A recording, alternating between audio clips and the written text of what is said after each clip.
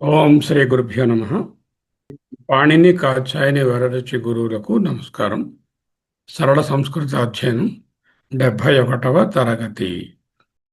సమాసాలు చూస్తున్నాము. సమాసం అంటే ఏమిటో తెలుసుకున్నాము. ఇద్దరు ఆన్సర్లు రాసి పెట్టారు, బాగా వ్రాశారు, ఘనశ్యామ్ గారును నాగరత్నం గారు. ద్వంద్వ సమాసం, అవ్యయీభావ సమాసం చెప్పుకున్నాం. ఈనాడు తత్పురుష సమాసాల గురించి తెలుసుకుంటాం. తత్పురుష.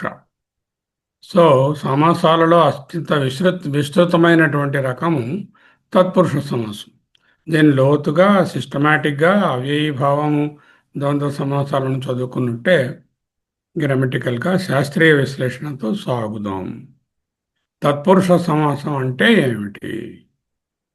What is the definition? ప్రాయేణ ఉత్తర పదార్థ ప్రధాన తత్పురుష. ఉత్తర పదార్థం అక్కర్లే, ఉత్తర పద ప్రధానమే. ఉత్తర పదార్థం అనగా తప్పులేదు, ఉత్తర పదార్థమే. ఉత్తర పదార్థ ప్రధాన తత్పురుష. ప్రాయేణ, మోస్ట్లీ, కామన్లీ ఉత్తర పద ప్రధానంగా ఉంటుంది. ద్వంద్వ సమాసం ఉంది, దాంట్లో రెండు పదాలు సమాసంగా ప్రధానంగా ఉంటాయి కదా. అలాగే అవ్యయీభావ సమాసం ఉన్నది, అందులో పూర్వపదము ప్రధానంగా ఉంటుంది. ఇక్కడ ఉత్తర పద ప్రధానంగా ఉంటుంది. ప్రాయేణ ఉత్తర పదార్థ ప్రధాన తత్పురుష. ఏ సమాసంలో అయితే రెండవ పదము యొక్క అర్థము, ఉత్తర పదార్థము ప్రధానంగా ఉంటుందో దానిని తత్పురుష సమాసం అంటారు. ఉదాహరణ: రాజ్ఞ పురుష. రాజుగారి యొక్క పురుషుడు, రాజపురుషుడు. రాజ్ఞ పురుష అనేటటువంటి దాంట్లో రాజు మరియు పురుషుడు అనే రెండు పదాలు ఉన్నాయి. రాజపురుషుడిని తీసుకురా అంటే రాజుని తీసుకురామని అర్థం కాదు. రాజుకు సంబంధించిన పురుషుడిని, రాజు యొక్క పురుషుడిని, తస్య పురుష అంటే బంటుని తీసుకురావాలి, ఆయన పురుషుడిని. ఇక్కడ పురుషుడు అనే పదం ప్రధానం, రాజుగారు అప్రధానము. అర్థమైందా? రాజపురుషుడు అంటే రాజుగారు అప్రధానం. ఆ మాటలో పురుషుడు అనేటువంటి రాజుగారి యొక్క పురుషుడు. రాజ్ఞ పురుష. రాజపురుషుడిని తీసుకురా అంటే రాజుగారిని తీసుకురా అని కాదు, రాజుకు సంబంధించిన పురుషుని, ప్రాబబ్లీ బంటుని తీసుకొనిరా అని అర్థం. తత్పురుష అనేటటువంటి పేరుకి ఒక ఆసక్తకరమైన వ్యాకరణపరమైన కారణం ఉంది. ఎందుకు దీన్ని తత్పురుష అన్నారు? తత్పురుష, త్వం పురుష, తత్పురుష ఎలా ఎందుకు వచ్చింది తత్పురుష అని? తత్ అంటే పరమాత్మని చెప్పే పురుష కాబట్టి తత్పురుష, అలా కాదు కదా. తత్పురుష అంటే ఏమిటి? దీనినే సంజ్ఞా సమాసము అని కూడా అంటారు. అంటే ఒక ఉదాహరణ పదాన్ని తీసుకుని మొత్తం సమాస వర్గానికి అదే పేరు పెట్టడం.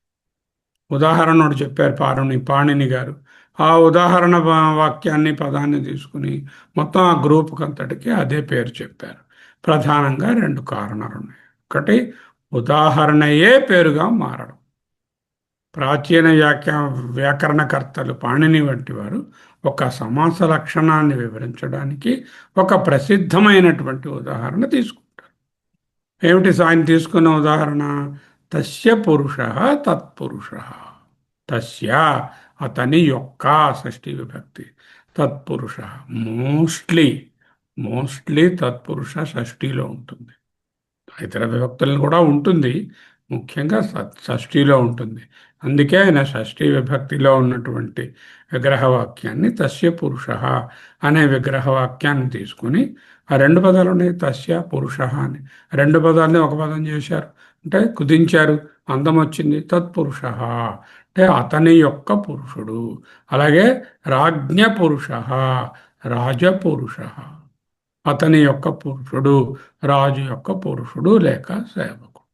ఈ పదంలో తత్ అంటే అతని యొక్క షష్ఠీ విభక్తికి అనేది మొదటి పదం. ప్రాధాన్యత ఎక్కడుంది? అతని యొక్క మీద లేదు, పురుష అనేటటువంటి రెండవ పదం మీద, ఉత్తర పదం మీద ప్రాధాన్యత ఉన్నది. పురుషుడు అనేటటువంటి రెండవ పదమే ప్రధానం. ఈ లక్షణం అంటే ఉత్తర పద ప్రాధాన్యం కలిగినటువంటి సమాసాలన్నిటికీ తత్పురుష సమాసం అని ఒక ట్యాగ్, ఒక పేరుగా, ఒక బ్రాండ్గా స్థిరీకరించారు. అర్థమైందా? తత్ మరియు పురుషుల పదాల ప్రాధాన్యత. వ్యాకరణ రీత్యా ఈ పేరుని విడదీస్తే రెండు రకాలు వస్తుంది. సహ తస్య పురుష, అతడు అతని యొక్క పురుషుడు. షష్ఠీ తత్పురుషుకు ఉదాహరణ. సహ తస్య పురుష, అతడు, తస్య అతని యొక్క పురుషుడు. అంటే పురుషునికే ప్రాధాన్యత. అతడు ఎవరు? తస్య పురుష, అతని యొక్క పురుషుడు. అంటే పురుషుని గురించే చెప్తున్నాం. ఎవరి పురుషుడు? తస్య పురుష. సచాసౌ పురుషశ్చ అనే వాక్యం ఉందనుకోండి. సహచ అసౌ పురుషశ్చ, అతడే ఈ పురుషుడు. అతడే అసౌ అంటే అతడే ఆ పురుషుడు అంటే కర్మధారయ సమాసం. మొదటిది షష్ఠీ తత్పురుష సమాసం. అంటే ఒకే పదంలోనే తత్పురుష సమాసంలోని రెండు ముఖ్య భేదాలను, తత్పురుష సమాసంలో ఏం భేదాలు ఉన్నాయి? వ్యధికరణ తత్పురుష, సమానాధికరణ తత్పురుష. వ్యధికరణ తత్పురుష, సమానాధికరణ తత్పురుష అంటే ఏమిటో చూద్దాం. ఈ వర్గానికి చెందింది. అత్యంత సముచితంగా ఈ పేరును భావిస్తారు. ఒక చిన్న ఎగ్జాంపుల్ చెప్పుకుందాం. గణితంలో కొన్ని సూత్రాలు ఉంటాయి. ఏ+బి హోల్ స్క్వేర్ ఫార్ములా అప్లై చెయ్యి అంటే అక్కడ ఏ+బి అయినా, ఏ+బి+సి అయినా, హోల్ స్క్వేర్ అయినా, హోల్ క్యూబ్ అయినా ఆ టైప్ ఆఫ్ ఫార్ములా వాడు అని అంటే ఒక బ్రాండ్గా చెప్తాం కదా దానిని. అదే ఒక సర్ఫ్ పౌడర్ ఉంది. మన ఇంట్లో సర్ఫ్ ఉన్నా, విమ్ ఉన్నా, మరో కంపెనీ తాలూకా సోప్ పౌడర్ ఉన్నా దాన్ని సర్ఫ్ వాడని అంటాం. ఒక కాఫీ పౌడర్ ఉంటుంది, బ్రూ లాంటిది. ఇన్స్టెంట్ కాఫీ, రికరీ అయినా, చికరీ అయినా, బ్రూ అయినా, ఇంకోటైనా, సన్ రైజ్ అయినా ఆ బ్రూ వేసి కలిపించి అంటాం. అంటే ఏంటనమాట, ఆ బ్రూ అనేటటువంటిది అక్కడ. అలాగే జిరాక్స్ చేసుకుని రా. జిరాక్స్ అనేది ఒక కంపెనీ. ఫోటో కాపీ చెయ్యి అనే దాన్ని జిరాక్స్ చేసుకుని రా అంటాం. అంటే ఏంటైంది, ఆ జిరాక్స్ అనే పదము ఫోటో కాపీయింగ్ అన్ని కంపెనీలకి ఒకే సూచనగా అయిపోయింది. అలాగే తత్పురుష అనేటటువంటిది ఉత్తర ప్రధానంగా ఉండే సమాసాలన్నిటికీ, అంటే షష్ఠీ తత్పురుషే కాకుండా మిగతా వాడన్నిటికీ కూడా నామకరణం అయింది. దీన్ని బట్టి తత్పురుష అంటే కేవలం అతని పురుషుడు అని మాత్రం కాదు. అంటే ఇటువంటి ఉత్తర పద ప్రధానంగా ఉన్న సమాసాల సమూహము అని అర్థము. ఇప్పుడు చెప్పండి నాగరత్నం, తత్పురుష అనగానేమి? నమస్తే సార్. అంటే ఇప్పుడు మనం విస్తృతంగా చదువుకుందాం. తత్పురుష అంటే ప్రాయేణ ఉత్తర పదార్థ ప్రధాన తత్పురుష అని రాశాడు. అంటే ఇదన్నమాట సూత్రం. అదే సూత్రం. అంటే ఏ సమాసంలో అయితే రెండో పదం యొక్క అర్థం ప్రధానంగా ఉంటుంది, అది ముఖ్యమైనది అనమాట. రెండో పదం అంటే రెండు పదాలు ఉన్నప్పుడు రెండో పదం ముఖ్యమైనది. సమాసంలో రెండు పదాలు మినిమం ఉంటాయి కదా. రెండు కన్నా ఎక్కువ ఉన్నాయనుకోండి ఆఖరి పదం ప్రధానం అవుతుంది. రూల్ ప్రకారంగా ఉత్తర పదం అంటే ఆఖరి పదం కదా. అంటే ఉత్తర పదం అంటే చివరి పదం, ఏది చివరిగా ఉంటే అది ఆ పదం ప్రధానంగా ఉంటుంది. దాన్ని తత్పురుష సమాసం అంటారు. అంటే ఉదాహరణకి రాజపురుషుడు అన్నారు, రాజ్ఞ పురుష. అంటే అక్కడ రాజు పురుషుడు అనే రెండు మాటలు వచ్చాయి. రాజుగారి యొక్క పురుషుడు అంటే రాజు పురుషుడు అని కాదు, అక్కడ రాజుగారే పురుషుడు పురుష అంటే రాజు యొక్క రాజ్ఞ అంటేనే షష్ఠీ విభక్తి. రాజ్ఞ పురుష అంటే రాజుగారి యొక్క పురుషుడు అని అక్కడ అర్థం వస్తుంది అనమాట. అది తత్పురుష అనే పేరు అంటే ఏంటంటే సంజ్ఞా సమాసం అని కూడా అంటారు దీన్ని. అది కొంచెం నేను సరిగా చేసుకోలేదు. సంజ్ఞా సమాసం అంటే సంజ్ఞ ఆ విభక్తిని బట్టి తత్పురుష. తృతీయ తత్పురుష సమాసం, ద్వితీయ తత్పురుష సమాసం, షష్ఠీ తత్పురుష సమాసం. అక్కడ ఏ విభక్తి సంజ్ఞ ఉందో ఆ సమాసం వస్తుంది. ఓహో. తత్పురుషుడు వేరే ఒక్కొక్క విభక్తి బట్టి మధ్యలో విభక్తి ఉండి తీరుతుంది, అది కూడా వస్తుంది, తర్వాత చూపిస్తాను. ఉదాహరణకి పదాన్ని మొత్తం ఆ సమాస వర్గానికి పేరుగా పెట్టారు అన్నారు. తస్య పురుష అంటే తత్పురుష, అతని యొక్క పురుషుడు, అతని సేవకుడు. అక్కడ తత్పురుష అంటే తస్య పురుష అని, అతని యొక్క పురుష అన్నదే ఇంపార్టెంట్ అక్కడ. కానీ తత్పురుష అని అలా వచ్చేసింది పేరు మొత్తం. దాన్ని తత్పురుష అన్నారు. ఆ లక్షణాలు కలిగిన వాటన్నిటిని అదే బ్రాండ్ నేమ్ గా వాడారు. అదే మనం తస్య తత్వం పురుష మరి. అన్న దాంట్లో తత్పురుష దాంట్లో రెండు రకాల తత్పురుషులు వస్తాయి. ఒకటి వ్యధికరణ తత్పురుష, రెండవది సమానాధికరణ తత్పురుష. అవేమిటో చూద్దాం. ఇంకా ఆ వ్యధికరణకి సమానాధికరణకి కూడా ఈ తత్పురుష అనే ఉదాహరణ సరిపడుతుంది. అందువల్ల దాన్ని వాడుకున్నాను. అది.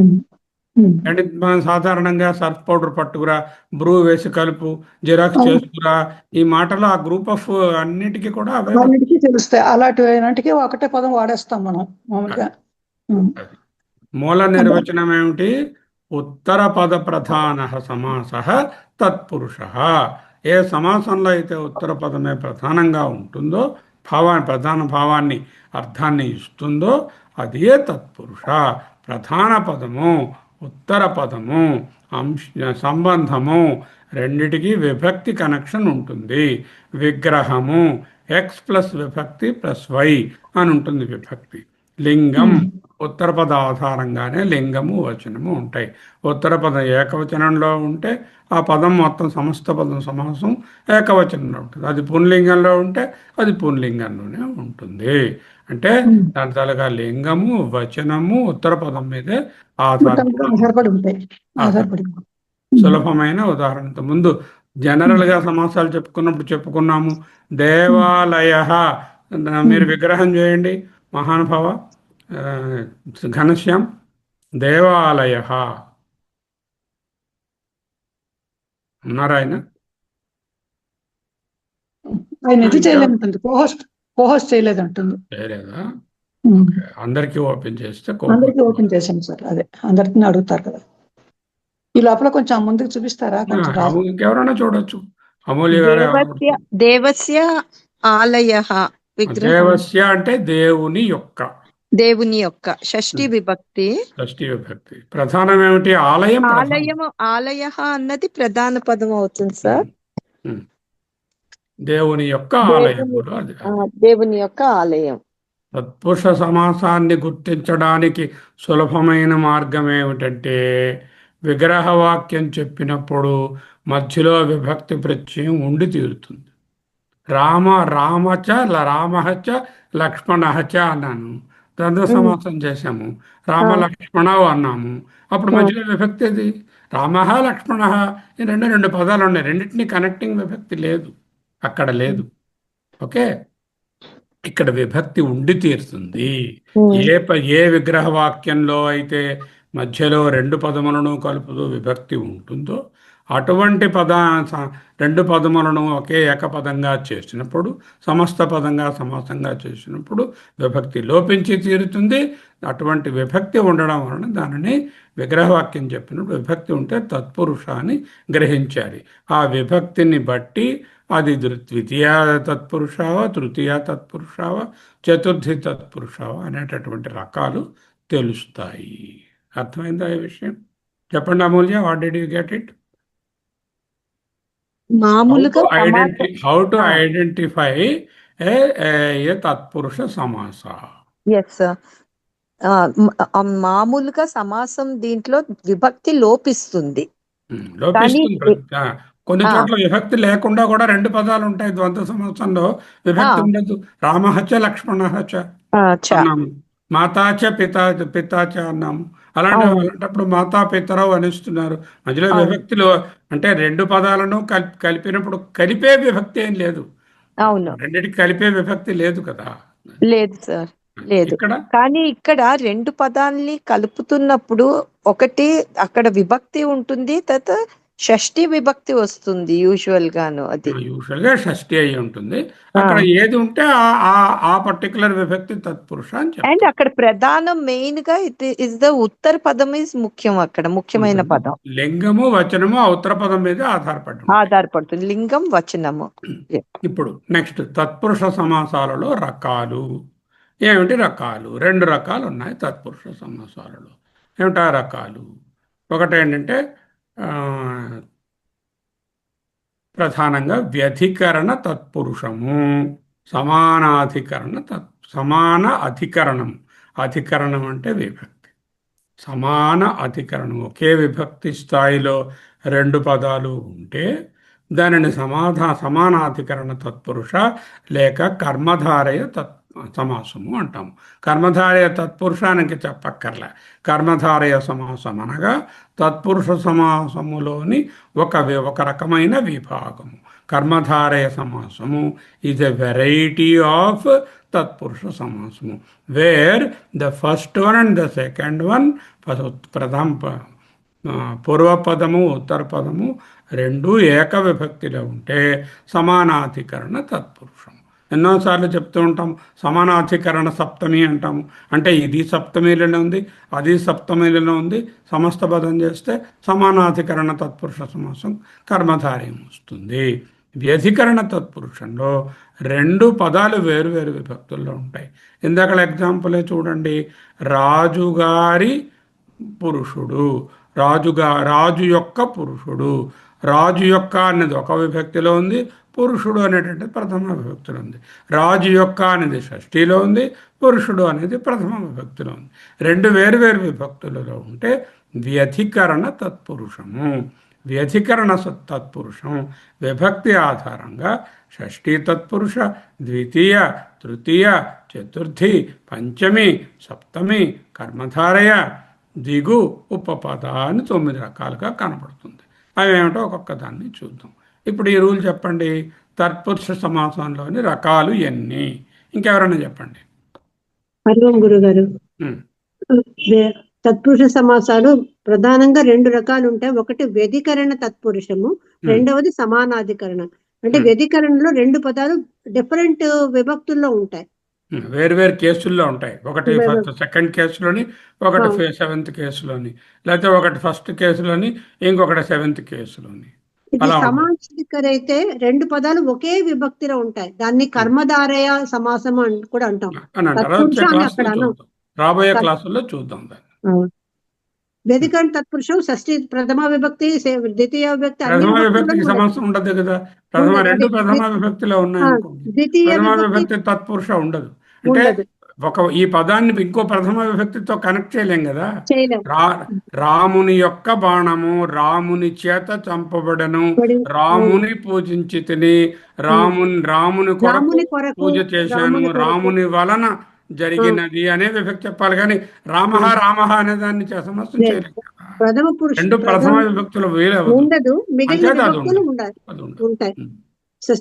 కామన్ గా ఉండేది షష్ఠీ తత్పురుష కాబట్టి అది ముందు షష్ఠీ తత్పురుష చెప్పుకుంటాం. తర్వాత ద్వితీయ, తృతీయ ఆర్డర్ లో అలా చెప్పుకుంటాం. ఎక్కడ వరకు 6 వరకు చెప్పుకుంటాం. ఆ తర్వాత సమానాధికరణ తత్పురుష అయిన కర్మధారయ అని చెప్పుకుంటాము, ద్విగు సమాసాన్ని చెప్పుకుంటాము, ఉపపద తత్పురుషాన్ని కూడా చెప్పుకుంటాము. ఓకే, ఇంకా ప్రాపద తత్పురుష అని మరొకటి ఉంది, అది కూడా చెప్పుకుంటాం, తర్వాత చెప్పుకుంటాం. ఇది కొంచెం విస్తృతంగా ఉంటుంది తత్పురుష సమాసాలు. వ్యధికరణ తత్పురుష సమాసము, ఆల్సో కాల్డ్ విభక్తి తత్పురుష సమాసం. ఎందుకు? వేర్వేరు విభక్తులు ఉన్నాయి కాబట్టి, వ్యధికరణంగా ఉన్నాయి కాబట్టి, సమానాధికరణం కాదు కాబట్టి, సమాన విభక్తులు కాదు కాబట్టి, వ్యధికరణ విభక్తులు కాబట్టి వ్యధికరణ తత్పురుష లేక విభక్తి తత్పురుష. విగ్రహవాక్యంలో ఉండేదాన్ని బట్టి ఇవి 7 రకాలు.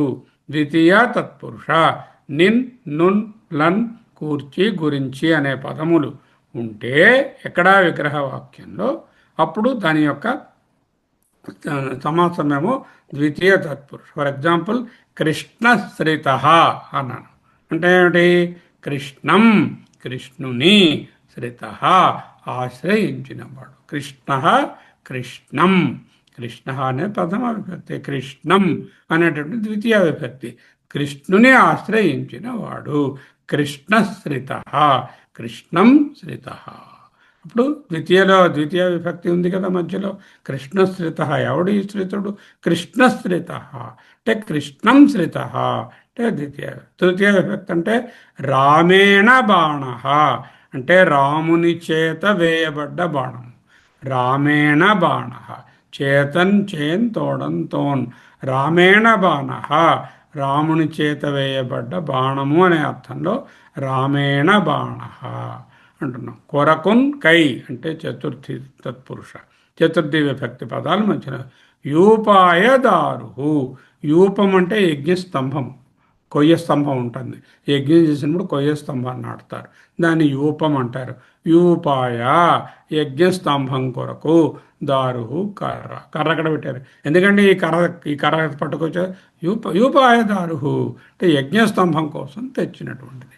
కొరకు అనేటటువంటి అర్థం మధ్యలో విభక్తి ప్రత్యయం ఉంటే దాన్ని చతుర్థి తత్పురుష. చోర భయం అన్నాం అంటే చోరాత్ భయం, చోరుని వలన భయము, దొంగ భయము అంటే దొంగ వలన భయం అని అర్థం. దొంగ భయం ఈ ఊళ్ళో ఎక్కువగా ఉందంటే దొంగ భయము అనే 2 పదాలను మధ్యలోని విభక్తి జొంగ వలన చోరాత్ అనే విభక్తిని లోపించగా దొంగ భయము చోర భయము ఏర్పడింది.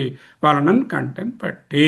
తర్వాత షష్ఠీ తత్పురుష కిన్కున్ యొక్క లోపలన్, రాజ్ఞ పుత్ర, రాజ్ఞ పురుష, రాజపుత్రుడు, రాజపురుషుడు, రాజు యొక్క పుత్రుడు, రాజు యొక్క పురుషుడు. రామబాణ, రాముని యొక్క బాణము. ఇందాకలు ఏంటన్నాము? రామబాణ, రామేణ బాణ అంటే రాముని చేత వేయబడినటువంటి బాణం అది. ఇక్కడ రామబాణ.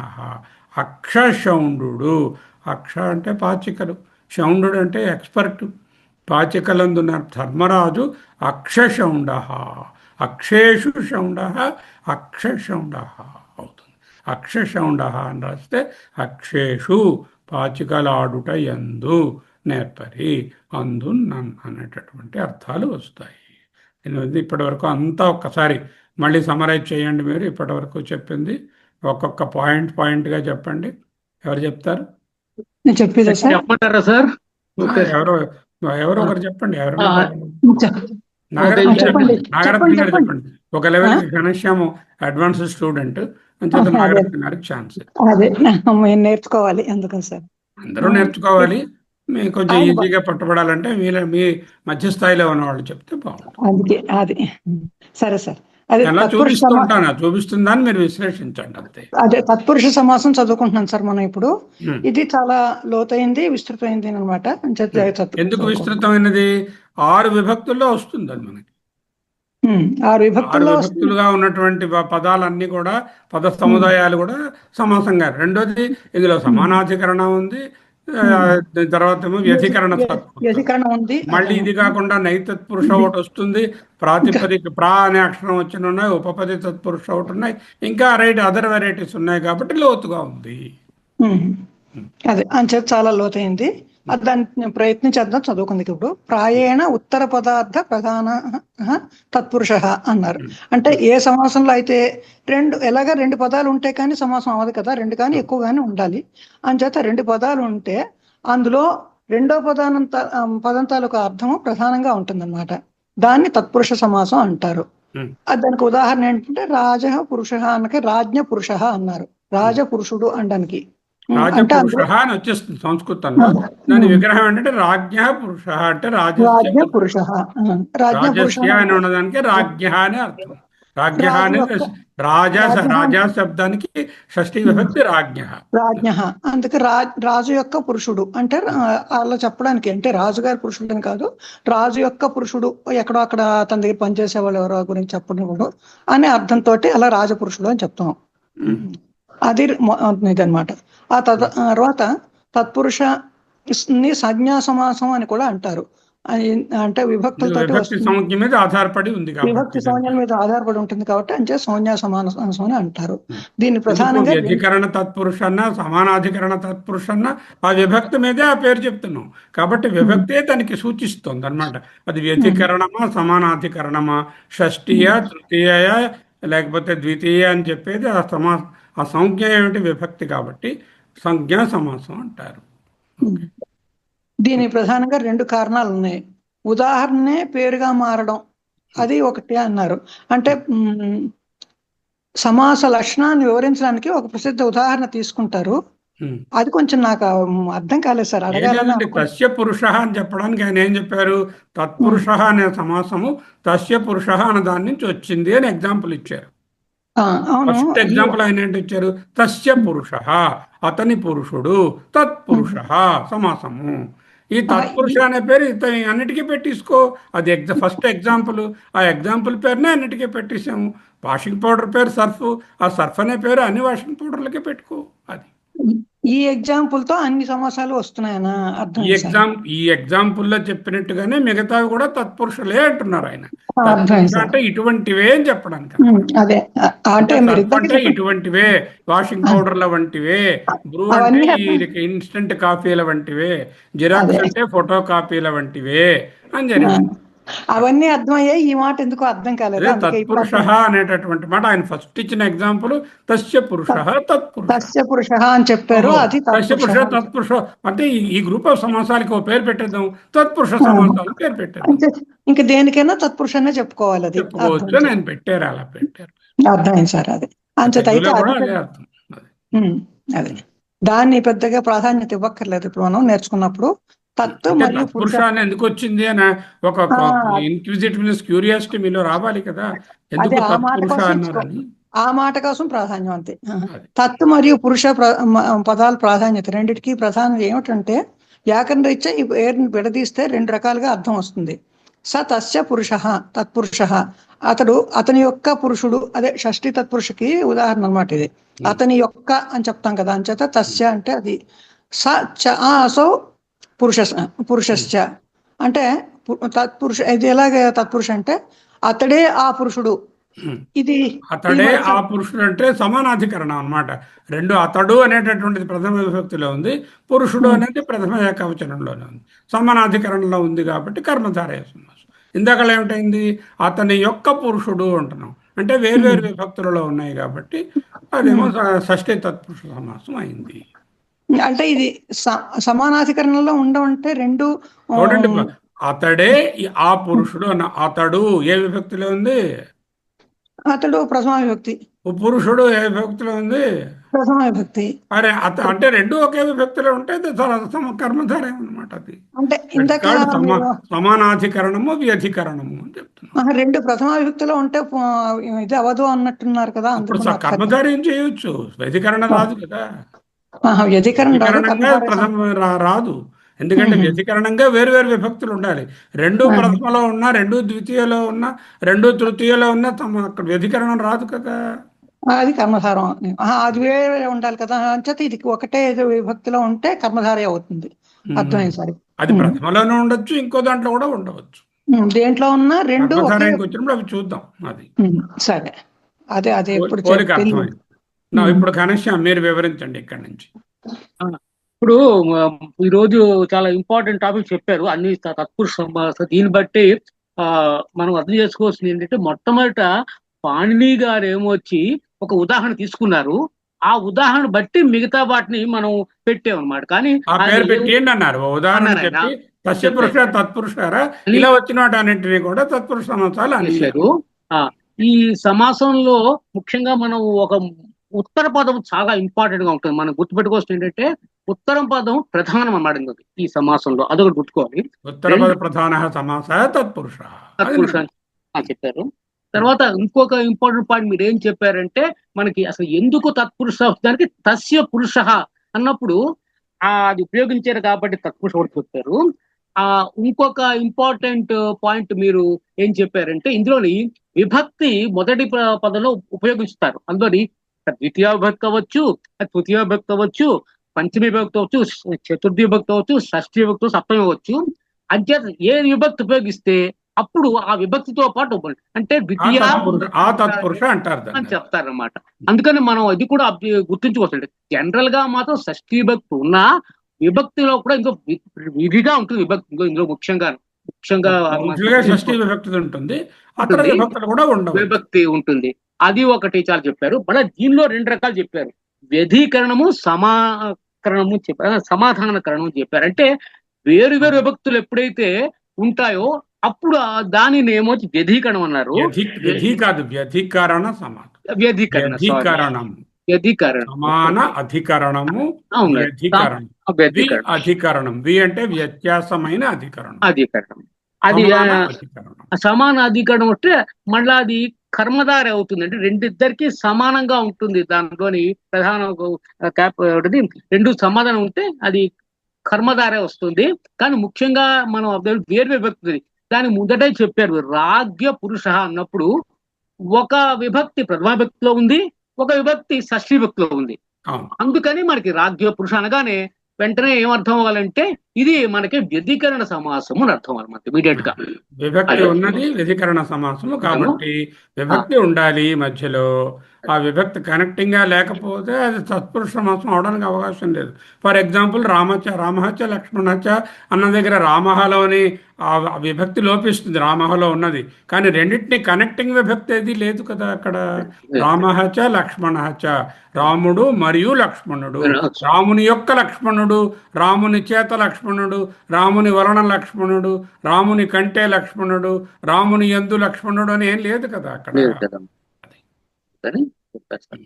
ఎవరికి అర్థమైంది కదా? చాలా బాగా చెప్పారు, అర్థమైంది సార్. ఇప్పుడు ఇంకొకరు ఎవరైనా ఈ టేబుల్ చదవండి. హరి ఓం గురువు గారు. విగ్రహ వాక్యాల్లో ఉండే విభక్తిని బట్టి ఇవి 7 రకాలు. ప్రథమ విభక్తు తప్ప మిగిలినవన్నీ 6 రకాలు. ఎందుకంటే ప్రథమ ఉండదు కాబట్టి ద్వితీయ తత్పురుష, తృతీయ, చతుర్థి, పంచమి, షష్ఠి, సప్తమి. ఇక్కడ ద్వితీయ తత్పురుషలో విగ్రహ వాక్యం నిన్, నున్, లన్, కూర్చి గురించి అని. ఉదాహరణగా కృష్ణ శ్రిత అంటే కృష్ణం శ్రిత అని అంటే కృష్ణుని ఆశ్రయించిన వాడు. కృష్ణుని ని ఇక్కడ రాముని, గోపాలుని, ఎందుకంటే నిన్, నూన్, లన్, గూర్చి గురించి వచ్చింది కాబట్టి. తృతీయ తత్పురుష చేతన్, చేన్, తోడన్, తోన్ అంటే రామేణ బాణ, రాముని చేత వేయబడ్డ బాణము.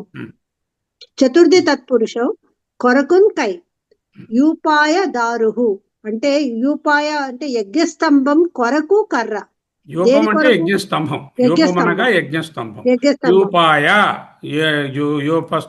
కొరకు, దారుహు కర్ర, యజ్ఞస్తంభం కొరకు. పంచమి తత్పురుష వల్నన్ కంటెన్ పట్టి అంటే చోర భయం, చోరాత్ భయం అంటే ఎందువల్ల భయం? దొంగ వలన భయం. ఉత్తర పదానికి ఎక్కువ స్ట్రెస్ ఇస్తాం, ఇంపార్టెన్స్. ఇక్కడ దేని గురించి భయం? దొంగ వలన భయం. భయం ఉంది, ఎందువలన చెప్పేదని దొంగ వలన భయం, చోర భయం, చోరాత్. ఇంకా షష్ఠి తత్పురుష మెజారిటీ షష్ఠిలోనే ఉంటుంది. కిన్ కున్ యొక్క లోన్ లోపల, రాజపుత్రుడు, రాజ్య పుత్ర అంటే రాజు యొక్క పుత్రుడు. సప్తమి తత్పురుష అందున్ నన్ అక్షశౌండు, అక్షేషు శౌండ అంటే అక్షేషు అంటే పాచికలయందు నేర్పరి. ఎవరు? ధర్మరాజు పాచికలయందు నేర్పరి అంటే అక్షేషు శౌండ అని చెప్పే బదులు అక్షశౌండ అని చెప్తాం. ఓకే, ఇంకా ఇతర ముఖ్యమైన తత్పురుష భేదాలు చెప్తున్నాను.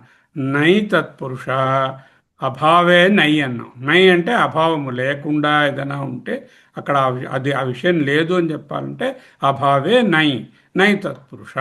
ఉదాహరణ ధర్మము లేదు, అధర్మ, నా ధర్మ, సత్యము కాదు, అసత్య, నా సత్యం అసత్యం అనేటటువంటి వాటిలో నై అంటే ఆ అనే పదం అక్కడ నై తత్పురుషం తెలుస్తుంది. ఉత్తరపద తత్పురుష, ఉపపద తత్పురుష సమాసం. రెండవ పదము ఉత్తర పదము స్వతంత్రంగా కాకుండా అది ఒక క్రియను సూచిస్తూ ఉంటే ఉపపదం అవుతుంది. అప్పుడు అంటే కుంభకారహ అని ఉంది. కారహ అనే దానికి ఏం లేదు. కారహ అంటే చేసేవాడు అని అర్థము. కరోత ఇది కారహ, కుంభం కరోతి ఇది కుంభకారహ, కుండలను చేసేవాడు అంటే ఉపపద తత్పురుష సమాసము. పంకజము, జము అనేదానికి పంకజ అనేదానికి జ అనేదానికి అర్థం ఉండదు. పంకే జాయతే ఇది పంకజ. జాయతే అనే వెర్బుని, కరోతి అనే వెర్బుని పదంగా తీసుకుంటే వచ్చేటట్టు రెండవ పదము క్రియాపదాన్ని సూచిస్తూ ఉంటే దాన్ని ఉపపద తత్పురుష అంటారు. మూడవది ఏమిటి మనకి కావాల్సింది? ప్రాది తత్పురుష. పరా అంటే ఉపసర్గలు వచ్చి ప్రపితామహుడు, సుపుత్రుడు ఇలాంటివన్నీ వచ్చినప్పుడు అది దాన్ని ప్రాది తత్పురుష సమాసం అంటారు. అవి ఇప్పుడు డీటెయిల్డ్గా చెప్పటం లేదు. నై తత్పురుష, ఉపపద తత్పురుష, కర్మధారయ తత్పురుష, ప్రాది తత్పురుష ఇప్పుడు చెప్పటం లేదు. ఈరోజు క్రమంగా 4 తెలుసుకుందాం. షష్ఠి, ద్వితీయ, తృతీయ, చతుర్థి. ఎందుకు? షష్ఠి కామన్ కాబట్టి అది ముందు చెప్పేసుకుని తర్వాత 2, 3, 4, 5, 6, 8 సప్తమి విభక్తి వరకు వెళ్తాం. ప్రథమ ఉండదు. నిర్వచనం: విగ్రహంలో షష్ఠీ విభక్తి అస్య అని కానీ విసర్గతో కానీ ఆహ్ అని కానీ, డిపెండింగ్ ఆన్ ది వచనం, డిపెండింగ్ ఆన్ ది ఆకారాంతమా ఈకారాంతమా ఉకారాంతమా అన్న దాన్ని బట్టి సంబంధం ఉంటే ఏర్పడేటటువంటి సమాసం తత్పురుష సమాసం. ఎక్స్ స్య వై, ఎక్స్ వై భావం అంటే లింగం ఎప్పుడు ఉత్తర పదం ఆధారంగా ఉంటుంది. దేవస్య ఆలయ, దేవాలయ విగ్రహము, దేవస్య ఆలయ సమాసము, దేవాలయ, దేవాలయాన్ని విగ్రహం చేయండి అంటే దేవస్య ఆలయ. రామస్య పుత్ర, గురోః వచనం, ఉకారాంత పుల్లింగ శబ్దానికి షష్ఠీ విభక్తి ఓహ్, గురోః వచనం. సూర్యస్య ప్రకాశః, సూర్యప్రకాశః. నద్యాః తీరం, నదీ అనే స్త్రీలింగ శబ్దం ఈకారాంత స్త్రీలింగ శబ్దమునకు షష్ఠీ విభక్తి నద్యాః, నద్యాః తీరం, నదీ తీరం. రాజ్ఞః గృహం, రాజా అనే పదము యొక్క షష్ఠి రాజ్ఞః, రాజ్ఞః గృహం, రాజగృహం. మాతుః స్నేహః, మాతృస్నేహః. శిష్యస్య బుద్ధిః, శిష్యబుద్ధిః. వనస్య మార్గః, వనమార్గః. కృష్ణభక్తి, కృష్ణస్య భక్తి, కృష్ణుని యొక్క భక్తి. ఇంకెవరైనా చదవండి. అమూల్య లత మీరు చదవండి. హరి ఓం సార్. కళ్యాణ సుమన్ చదవండి. హరి ఓం సార్. అదే ఇది షష్ఠీ తత్పురుషంలో నిర్వచనం ఏంటంటే విగ్రహంలో షష్ఠీ విభక్తి అంటే స్యా గాని తర్వాత ఉపసర్గ గాని ఆహా గాని సంబంధం ఉన్నప్పుడు ఏర్పడే తత్పురుష సమాసం అన్నమాట. ఇప్పుడు ఎక్స్ వై అన్నమాట. ఎక్స్ యొక్క వై అని వచ్చి ఎక్స్ వై అంటాం. ఉదాహరణలు ఏంటంటే దేవాలయ, దేవస్య ఆలయ. మనం ఈ తత్పురుషులో మెయిన్ ఇదేంటంటే ఉత్తర పదానికి ప్రాధాన్యత ఉంటుంది. దేవస్య ఆలయ, ఆ పదము యొక్క లింగము వచనం కూడా ఉత్తర పదం మీద ఆధారపడి, ఉత్తర పదం మీదే ఆధారపడతాయి లింగ వచనాలు కూడాను. షష్ఠీ తత్పురుషం. రామపుత్ర, రామస్య పుత్ర. ఆ తర్వాత గురువచనం, గురోః వచనం. సూర్యప్రకాశ, సూర్యస్య ప్రకాశ. నదీ తీరం, నద్యాః తీరం. నది ఏంటంటే నదికి షష్ఠీ విభక్తి నద్యాః స్త్రీలింగం. నది అనే ఈకారాంత స్త్రీలింగ శబ్దం షష్ఠీ విభక్తి నద్యాః, నద్యాః, నద్యాః తీరం. రాజగృహం, రాజ్ఞః గృహం. మాతృస్నేహః, మాతుః స్నేహః. శిష్యబుద్ధిః, శిష్యస్య బుద్ధిః. వనమార్గః, వనస్య మార్గః. కృష్ణభక్తిః, కృష్ణస్య భక్తిః. ధన్యవాదాలు గురువు. సో ఈ విధంగా కొన్ని మళ్ళీ ఇస్తాను, వాటిని మీరు ఒక్కొక్కదాన్ని చెప్పండి. ఇప్పుడు అభ్యాసంలో ఒక్కొక్కరు ఒక్కొక్కదాన్ని చేయండి. దేవస్య నామః అని విగ్రహవాక్యం ఇచ్చాను, దాన్ని సమాసం చేయండి, తత్పురుష సమాసం చేయండి. దేవనామః. నెక్స్ట్ ఘనశ్యామ్ గురోః కృపాః, గురుకృపా, గురుకృపా. బాలస్య క్రీడా. నెక్స్ట్ అమూల్య బాలక్రీడః. బాలక్రీడావే, క్రీడ కాదు, క్రీడా ఆకారాంత పదం అది, క్రీడా. ఓకే, బాలక్రీడా. తర్వాత ఇంకొకరు కమల. శత్రుభయం, శత్రుభయం, శత్రుభయ, శత్రుభయం. భయ కాదు, శత్రుభయం. ఆ పదం భయం అనేది నపుంసకలింగ శబ్దం, అది అలానే ఉంటుంది, అది భయ అని ఉంటుంది దానికి, అంతే. శత్రుభయం, శత్రుభయం అంటే శత్రోః భయం. బాలక్రీడా, బాలస్య క్రీడా. గురుకృప, మోక్షమూలం గురుకృప అని చదువుతున్నారు. గురుకృప అంటే గురోః కృప. దేవస్య నామః, దేవనామః. సీతాయాః కథ. ఎవరైనా చెప్పండి. సీతా కథ. రాజ్ఞః ఆజ్ఞ, రాజాజ్ఞ, రాజాజ్ఞ. సూర్యస్య ఉదయః, సూర్యోదయః, సూర్య ఉదయ అని రావాలి. సూర్యలో ఉన్న యకారము ఉకారము సూర్యోదయః, సూర్యోదయము అయిపోతుంది. మిత్రస్య గృహం, మిత్రగృహం. మిత్రగృహం. నద్యాః జలం, నదీ జలం, నదీ జలం. నద్యాః షష్ఠి పోయి నదీ అనే ఆ పదమే మిగులుతుంది. నదీ జలం. శాస్త్రస్య శాస్త్రాధ్యయనం, మీకు అర్థం? శాస్త్రాధ్యయనం, శాస్త్రాధ్యయనం. శాస్త్రాధ్యయనం సవరం తిరిగి శాస్త్రాధ్యయనం. అవుతుంది సమాధానాలు. వీటిని మళ్ళా విగ్రహాలు చేద్దాము.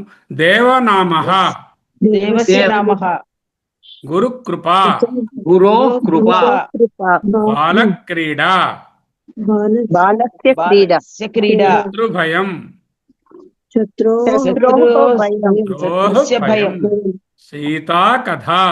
సీతాయా కథ. అంటే షష్ఠీలు రావాలి కదా. సీత అనే ఆకారాంత స్త్రీలింగంలో సీతాయా. రాజాజ్ఞ, రాజస్య ఆజ్ఞ, తప్పు, రాజ్ఞ ఆజ్ఞ. రాజా అనేది ఆకారాంత పుల్లింగ పదం, ఆకారాంత పుల్లింగం, దానికి రాజ్ఞ అనేది దాని తలకాయది. రాజస్య ఆజ్ఞ చెప్పకూడదు. రాజ్ఞ ఆజ్ఞ, రాజ్ఞ పుత్ర అన్నట్టు అన్నమాట. సూర్యోదయ, సూర్యస్య ఉదయః, సూర్యస్య మిత్రగృహం, మిత్రస్య గృహం, నదీజలం, నద్యాః జలం, నద్యాః జలం, శాస్త్రాధ్యయనం, అధ్యయనం, శాస్త్రస్య అధ్యయనం. ఇవన్నీ కూడా షష్ఠీ తత్పురుషులో శాస్త్ర ఉన్నవాటి. అధ్యయనమ్మా. దేవుని యొక్క ఆలయము, గురువు యొక్క కృప, బాలుని యొక్క ఆట, శత్రువు యొక్క భయము, సీత యొక్క కథ, రాజు యొక్క ఆజ్ఞ, సూర్యుని యొక్క ఉదయము, మిత్రుని యొక్క గృహము, నది యొక్క జలము, శాస్త్రం యొక్క అధ్యయనము. ఆ యొక్క అనేది ఉండబట్టి తెలుగులో యొక్క పెట్టేస్తే అయిపోయింది. ఇక్కడ అలా కాదు కదా. ఒక చోట బాలస్య అనాలి, సీతాయాహ అనాలి, రాజ్ఞాహ అనాలి. అక్కడ ఉండే పదాన్ని బట్టి ఆ విభక్తి అదే షష్ఠీ విభక్తి అయినా ఆ ఎండింగ్ మారుతుంది, అది చూసుకోవాలి. అందుకని ఇంకా ఇప్పుడు ద్వితీయ సార్ చిన్న సందేహం సార్. మొన్న చెప్పారు కదా, మొన్న మొదట్లో చెప్పారు కదా, దానికి దీనికి ఏమిటి తేడా? అదేనా ఇది? మొదట సమాసాలను ఉదాహరించడానికి చెప్పాము మీకు. అందులో కర్మధారయమే అక్కడ షష్ఠీ తత్పురుష సమాసమే చెప్పాము ఉదాహరణలుగాను. ఉదాహరణ వీటిలో ఏవీ లేని ఒకటి ఇవ్వలేం కదా. అక్కడ ఉదాహరణలుగా ఇచ్చినప్పుడు మీ కర్మధారయ సమాసము, షష్ఠీ తత్పురుష సమాసం అని చెప్పకుండా సమాసం ఎగ్జాంపుల్ గా ఇచ్చాము. ఇప్పుడు అది ఏ టైప్ ఆఫ్ సమాసం అని విశ్లేషించుకున్నప్పుడు మీకు దేవస్య నామః, గురోః కృప అని తెలుస్తుంది మీకు. ఇక్కడ అక్కడ జెనరిక్ గా సమాసములకు ఒక ఉదాహరణ ఇస్తున్నప్పుడు ఫలానా సమాసం అని చెప్పకుండా 2 పదములు ఉన్నాయి, విభక్తి లోపించింది, పూర్వపదము ఉత్తర పదము విగ్రహవాక్యము అనే పరిభాషను ఇంట్రడ్యూస్ చేయడానికి అక్కడ చెప్పేశాం.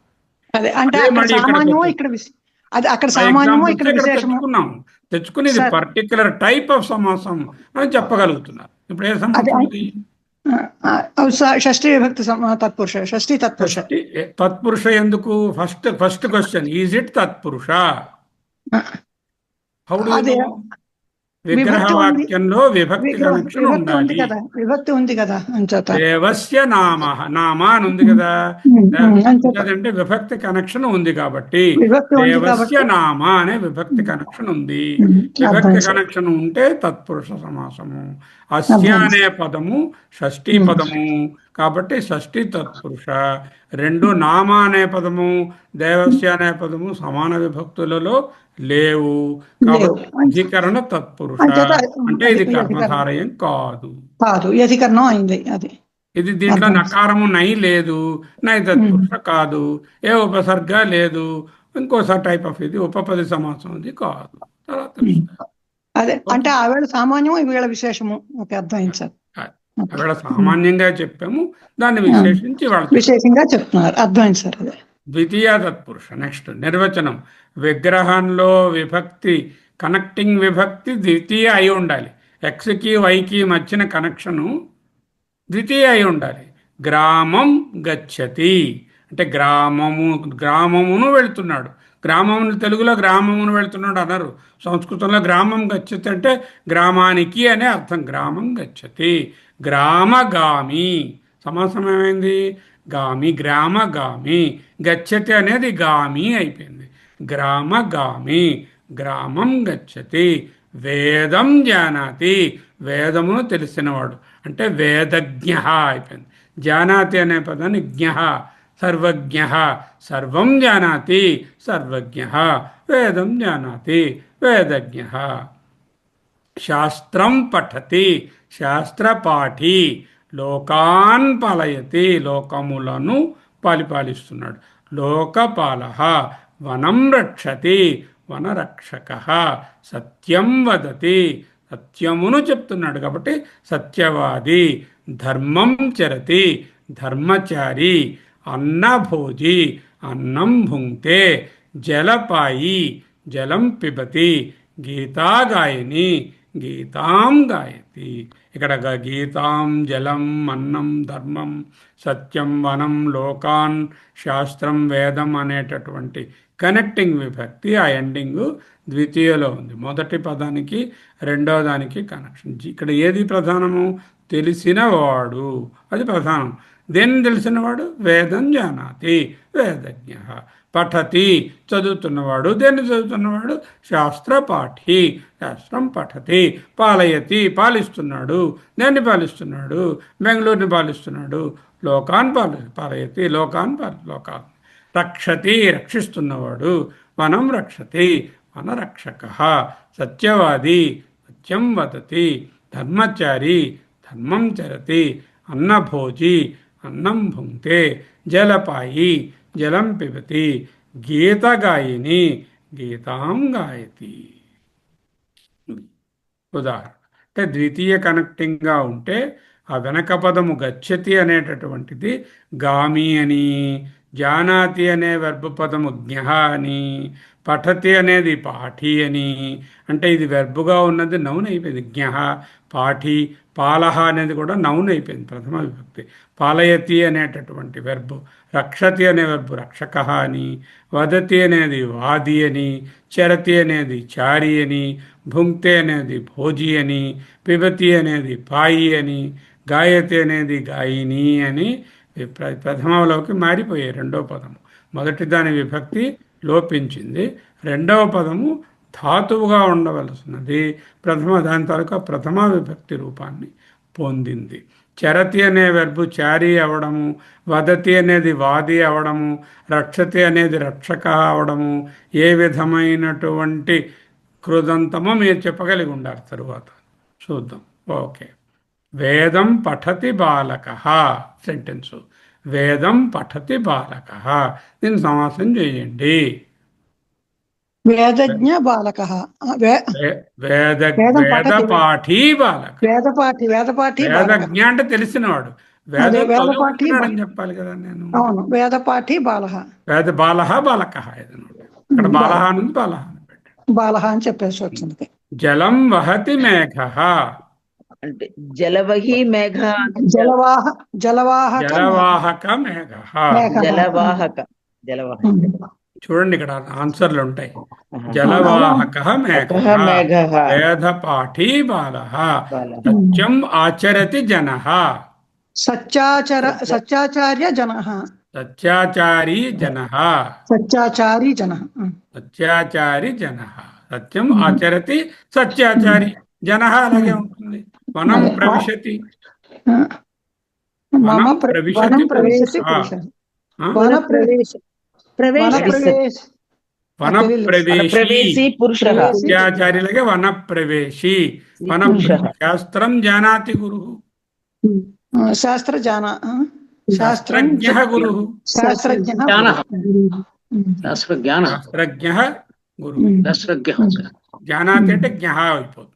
అన్నం కరోతి, పాకః కరోతి కారి, అన్నం కారి, అన్నకారి, అన్నకారి అనొచ్చు. లేకపోతే అన్నపాకః అంటే అన్నాన్ని వండుతున్నాడు, పాకః అంటే వండడం. గీతాం శృణోతి శిష్య,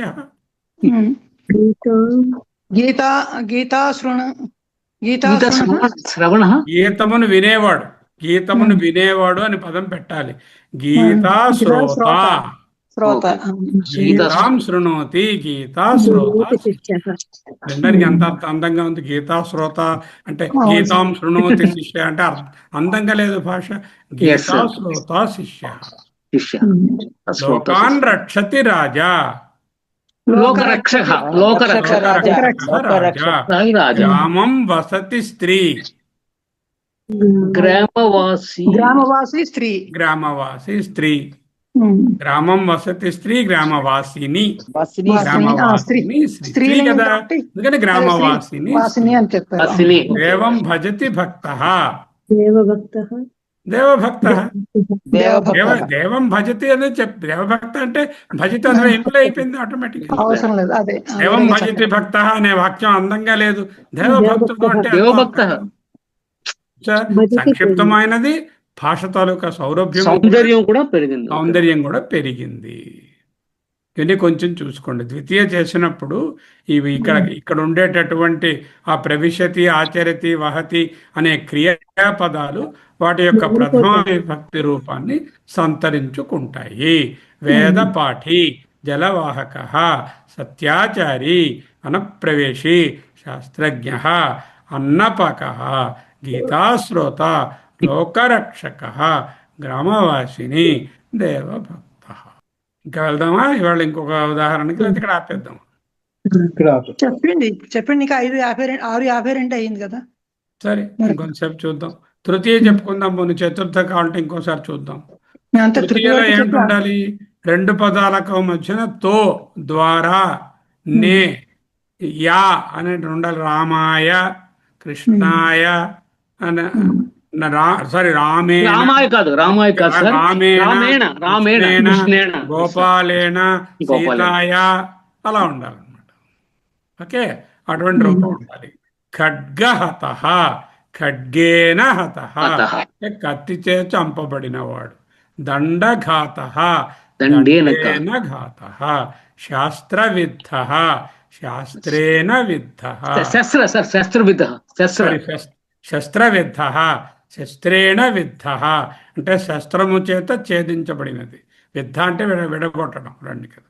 మనఃపూర్వక, పూర్వకం, మనసాపూర్వకం అంటే మనస్సు అనే దానికి మనసా తృతీయ విభక్తి కదా. మనసాపూర్వకం. భక్త్యారాధనం, భక్త్యానుసారం, బుద్ధ్యనుసారం. ప్రేమణాపూర్వకం, ప్రేమపూర్వకం. వాయునాచాలితం, గాలిచే కదపడుతుంది. వాయుచాలితం. దుఃఖేన భరితం, దుఃఖము చేత నిండి ఉన్నది. దుఃఖభరితం. జ్ఞానేన ప్రకాశం, జ్ఞాన ప్రకాశ. ఎన్నో మార్లు ఈ పదాలు చదివిస్తూ ఉంటాం. ఈ సమాసాలని మనం జ్ఞాన ప్రకాశైన ఉంటాం. జ్ఞాన ప్రకాశం అంటే జ్ఞానేన ప్రకాశం వాడు చెప్తూ ఉంటాం. ఇప్పుడు మీరు దీని తలక విగ్రహం ఇదండి అంటాం. అంటే మీకేమిటో తెలియదు. ఖడ్గహత అంటే ఖడ్గేన హత అని అర్థం అండి అని రాస్తారు భగవత్పాదులు. అంటే ఆ విభక్తి తలక విగ్రహం రాసేస్తారు అన్నమాట. సో ఇప్పుడు చూడండి, తృతీయ విభక్తిలో తో, ద్వారా, చేతన్, చేన్, తోడం, తోన్ అనేటటువంటిది రామేణ, కృష్ణేన, సీతాయ అన్నట్టుగా ఉండేటటువంటి ఎండింగ్స్తో ఉంటాయి. కనెక్టింగ్ విభక్తి తృతీయలో ఉంటుంది. ఖడ్గేన హత, ఖడ్గహత. దండేన ఘాత, దండము చేత కొట్టబడ్డాడు. శస్త్రేణ విద్ధ, శస్త్రము చే ఛేదించబడ్డాడు. మనసాపూర్వకం, మనస్సు పూర్తిగా, మనసు ద్వారా పూర్తిగా. భక్త్యా ఆరాధనం, భక్తి చేత ఆరాధన, భక్తి ఆరాధనం. బుద్ధ్యానుసారం, బుద్ధి చేత అనుసారం, బుద్ధి అనుసారం. ప్రేమణాపూర్వకం, ప్రేమపూర్వకం. వాయునా, వాయువు చేత. వాయుచాలితం. దుఃఖేన భరితం, దుఃఖభరితం. జ్ఞానేన ప్రకాశ, జ్ఞాన ప్రకాశ. ఇప్పుడు అభ్యాసం ఇస్తున్నాను, వాటికి విగ్రహాలు రాయండి. ఖడ్గేన యుద్ధం, ఖడ్గయుద్ధం. ఖడ్గయుద్ధం. దండేన తాడనం, దండతాడనం. శస్త్రేణ హతః, శస్త్రహతః. ప్రేమణాకృతం, ప్రేమపూర్వకం, ప్రేమకృతం. భక్త్యా సేవా, సేవా. బుద్ధ్యా నిర్ణయః, బుద్ధి నిర్ణయ. వాయునా గతిః, వాయుగతి. జలేన శుద్ధిః, జలశుద్ధి. మనసా స్మరణం, మనస్మరణం. మనసాపై మనహ అయిపోతుంది. మనహ స్మరణ కలిగితే మనస్మరణం. శ్రమేణ సాధనం, శ్రమ సాధనం. ఆన్సర్లు చూసుకుని మళ్ళీ వెనక్కి మీరు రాసుకోవచ్చు. ఖడ్గ యుద్ధం విడగొట్టండి. ఖడ్గేన యుద్ధం, దండ తాడనం, దండేన తాడనం, శస్త్రహతః, శస్త్రేణ హతః, ప్రేమ కృతం, ప్రేమణాకృతం, ప్రేమణాకృతం, భక్తి సేవ, బుద్ధి నిర్ణయ,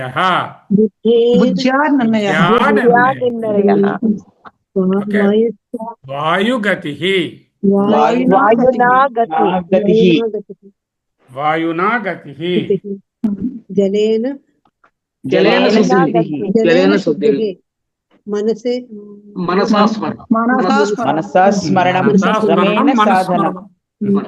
శ్రమేణ సాధనం. శ్రమ సాధనం. ఇప్పటికి చాలు, 3 నేర్చుకున్నాము. ఇంకా వచ్చే క్లాసులో మిగతా ఏమైనా నేర్చుకుందాం. 3 వరకు మీకు ప్రింట్ ఇచ్చిస్తాను, PDF ఇచ్చిస్తాను. ఈ ఉదాహరణలు ఇట్టించటు అట్నుంచి ఇటు అభ్యాసంలో ఉన్న వాటిని విగ్రహాన్ని సమాసము, సమాసాన్ని విగ్రహము చేస్తూ చూసుకుంటూ రండి. చేసి అలా నేర్చుకోవాలి, చేస్తే నేర్చుకుంటారు. మళ్ళీ మీరే అదే అభ్యాసం. అంటే విగ్రహానికి సమాసం చేయండి, సమాసాన్ని విగ్రహవాక్యం చేయాలి. తత్పురుష సమాసం అంటే ఒక 10 లైన్లు రాయండి. తత్పురుష సమాసం అనగానేమి, దానికి ఆ పేరు ఎందుకు వచ్చింది, అందులో ఎన్ని రకాలు ఉన్నాయి, వ్యధికరణ, సమానాధికరణ. వ్యధికరణకి సమానాధికరణకి ఏమిటి తేడా? ఒకే విభక్తి ఉంటే సమానాధికరణ కర్మధారయం, వేర్వేరు విభక్తులు ఉంటే వ్యధికరణ తత్పురుష. ఆ ఉండే విభక్తిని బట్టి అది తృతీయవా, ద్వితీయవా, చతుర్థివా, సాధారణంగా షష్ఠి అనేది ఉంటుంది.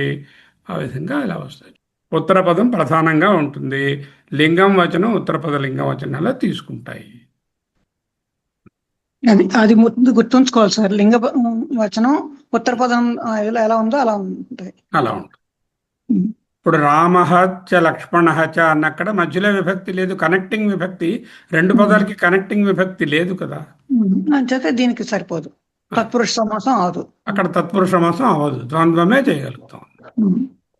అలా రాజస్య పుత్ర అన్నాం అనుకోండి, ఓ రాజు యొక్క పుత్రుడు అన్నాం కదా, యొక్క ఉంది కాబట్టి షష్ఠి తత్పురుష చేయగలుగుతాం.